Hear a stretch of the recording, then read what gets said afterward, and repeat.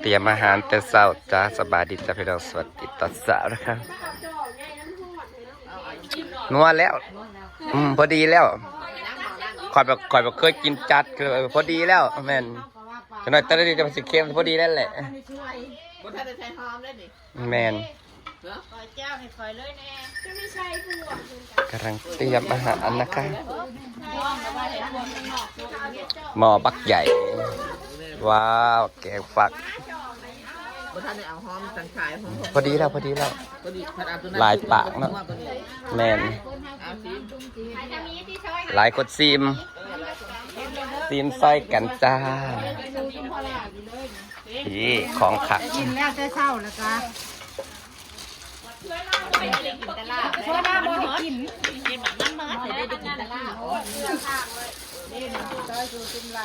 มาก่อนจิตตอนมาดูเฮ้ยมาตักหน่อยพอดีแซ่บแล้วเอามาหมอนก้อยแจวโอ้ยหมอนน้ำเจ้าก็ได้เฮ้ยคือมะนาวใช่บัดนี้เครื่องแต่งละคือราบนะคะ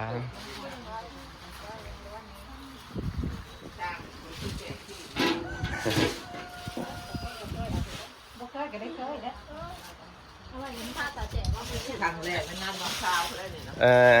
แซ่บแล้ว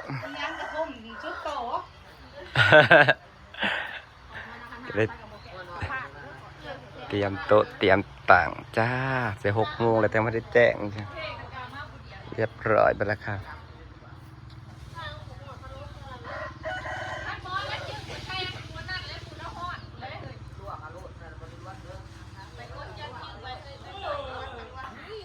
กระเจ้าเห็ดกับข่าวแต่เมื่อวานนี่มื้อนี้ก็เลยบริคอยยากมันมีแต่ปรุงเมื่อวานนี่ว่าผักสีผักหยัง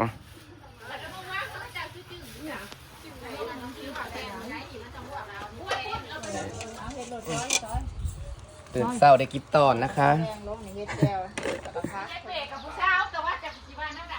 มา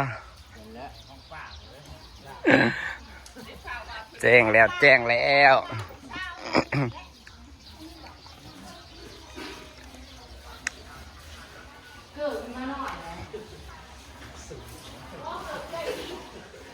ควันก็มาแล้วจ้ะ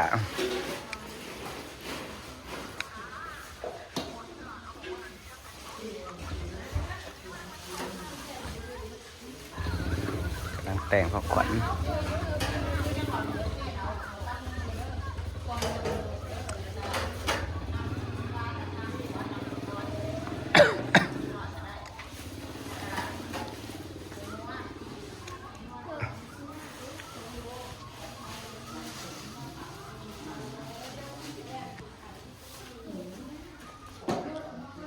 มันกำลังมาเตรียมผักขวัญนะจ๊ะ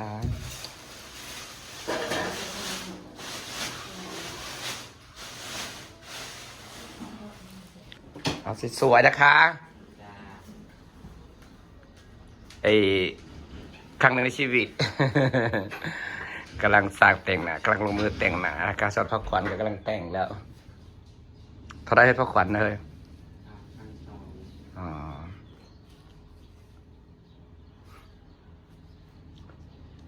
เดินเองยังก็สบายไปจะซื้อเอารถเนาะแต่ก้อนเนี่ย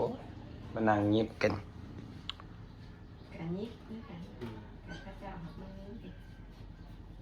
พวกกระตาเขาเย็บงามแต่ได้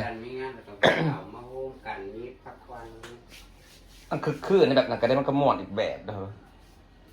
ก็แต่มันสมัยใหม่เนี่ยกับผู้ถกผู้เฒ่าบ่ค่อยมีนะเนาะแต่ก่อนผู้เฒ่ามาร่วมกันเฮ็ดจะมือมึงทีมบ่มีผู้เฒ่าฮอดบอกคำว่าให้เฮ็ดได้บ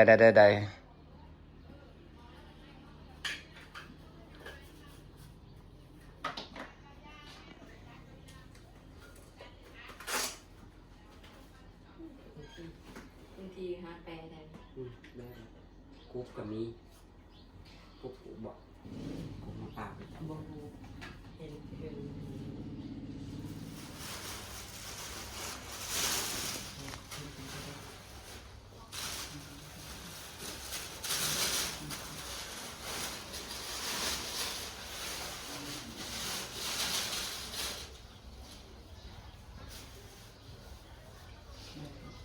ก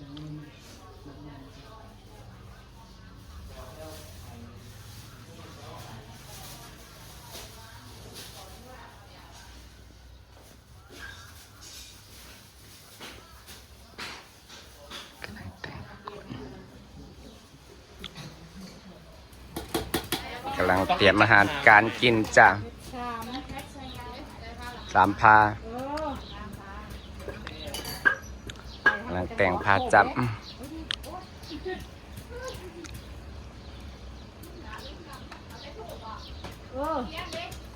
อามาใส่น้ำ ดอกขาว ขวดน้อยบ่มีใครเอารถเนาะ ไปมาตามกระโดดละขวดขวดง่ายมาถอดไปขวดน้อยนั่น ใช้ขวดเนาะก็ได้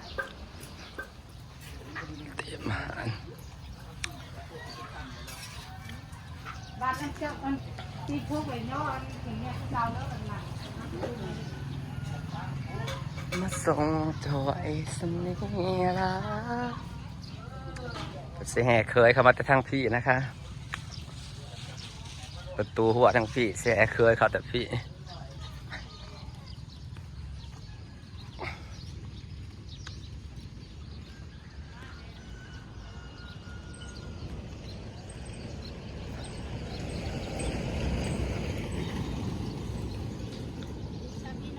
ใครแต่มันสุ่มเนอะฝนก็ซอยซุ่มเนี่ยจักหน่อยอยู่ได้ซุ่มซื่นอยู่ฝนก็ตกซุ่มซื่นให้จบเจือจะบ่าวจะสาวกำลังแต่งหน้าพักผ่อนกำลังแต่งอยู่จ้ามีงานแต่งนะคะบ้านเรามีงาน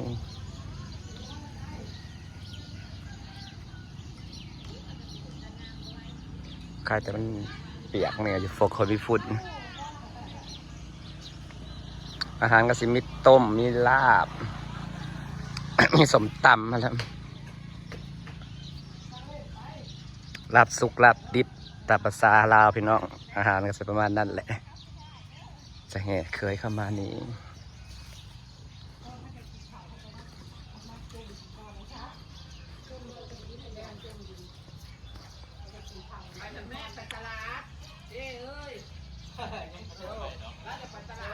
ตลาดสาย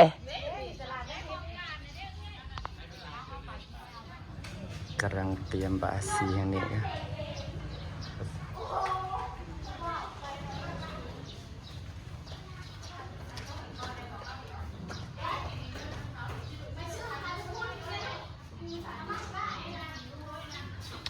ยังบ่แล้วง่ายจ้า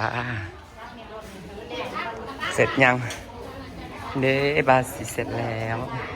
ปลาขวัญเสร็จแล้วพี่น้องงาม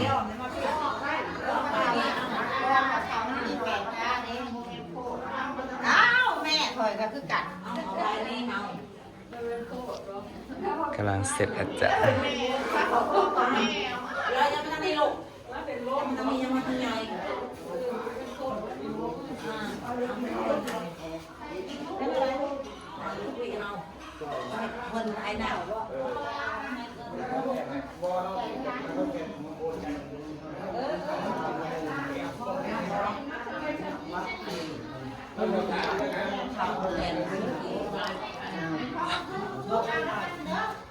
ซอยหางซอยมีติจากลูกปุกขึ้นร่ำรวยจ้า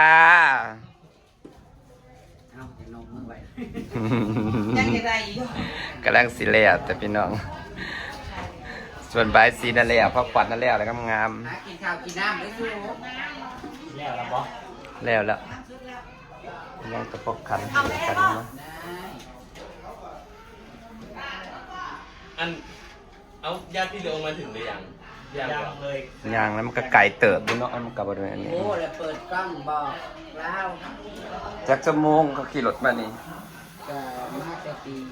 สี่ พวกมันไก่เติบในสารวันกันเนาะ เอาก๋วยเตี๋ยวอันเดียวฝากเงินไว้กับพี่สีเดี๋ยวจะโอนมาให้พี่สีนั่นกินสเต็ก เปิดมาเห็ดดังเลยร้านกูจะเห็ดดังมาเลย ถามมาเลยตื่นแล้วบ่ ตื่นแล้วตื่น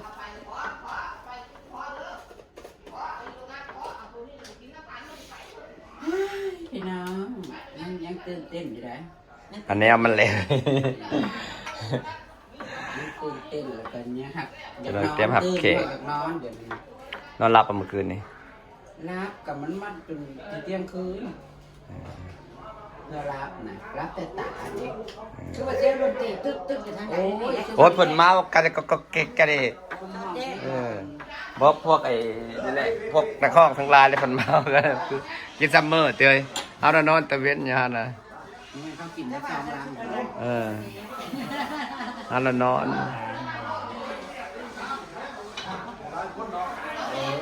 เข้ามาแล้วเข้ามาแกร่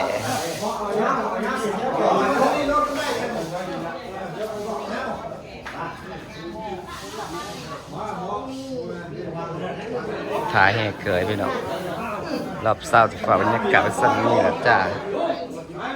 ก็กำลังเริ่มมาแล้วสวัสดีฝากบรรยากาศไว้สันนี่จะพี่น้องจ้าเดี๋ยวค่อยดูตอนต่อไปค่ะรอแห่เขย